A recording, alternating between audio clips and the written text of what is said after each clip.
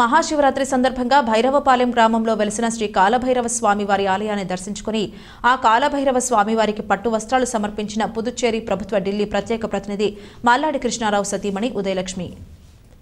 మహాశివరాత్రి సందర్భంగా భైరవపాలెం గ్రామంలో వెలిసిన శ్రీ కాలభైరవ స్వామివారి ఆలయాన్ని దర్శించుకుని ఆ కాలభైరవ స్వామివారికి పట్టు వస్త్రాలు సమర్పించిన పుదుచ్చేరి ప్రభుత్వ ఢిల్లీ ప్రత్యేక ప్రతినిధి మల్లాడి కృష్ణారావు సతీమణి ఉదయలక్ష్మి.